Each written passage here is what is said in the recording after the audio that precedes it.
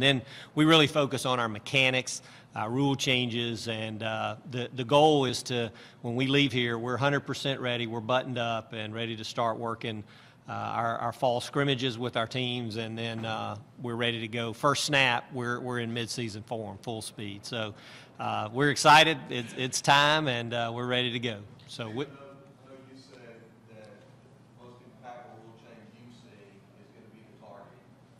Coaches that have been a little critical of how it's going to be enforced. Talk to us about that and how you're kind of trying to talk them off the ledge with, their reaction to this rule change. Well, it is, and I've said that, and I really believe that this is probably the most significant change that we've had in football. I mean, in a way, our game is under attack. The President of the United States said, if I had a son, I'm not sure I'd let him play football. I mean, those are impactful words. And so I think that from a rules perspective, the change this year is to make an impact. And player behavior is modified with playing time. We learned that last year with the helmets coming off. And so, the expectation is the rule itself, the targeting rule, didn't change. I mean, the foul didn't change. Now, we expanded a defenseless player a little bit, but, targeting a defenseless player above the shoulders or using the crown of the helmet is still the foul. But now the impact, the penalty phase of that carries the disqualification, and if it happens in the second half, you're disqualified for that game in the first half of the following game. So I think the intent from the Rules Committee is that that's going to impact player behavior.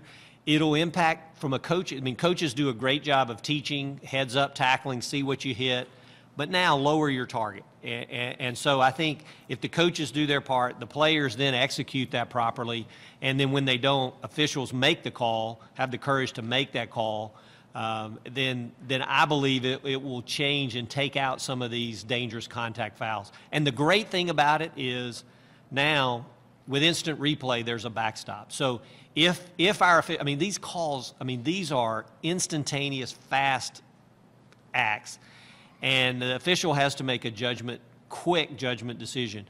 Now we have instant replay as the backstop. So if it was an incorrect call, replay can look at it and put that player right back in the game.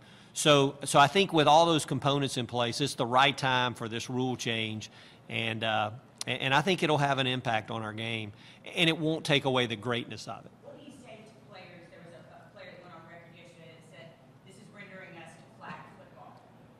Well, there's no question it is not coming anywhere near flag football. I mean, the example is now a defenseless player is expanded definition to where when you deliver a blindside block, that player you're blocking is defenseless. So what does that mean?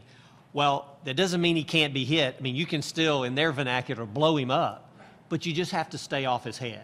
And that's what we want. I mean, the concussion component of this, we don't know the long-term effects. There's so many studies going right now.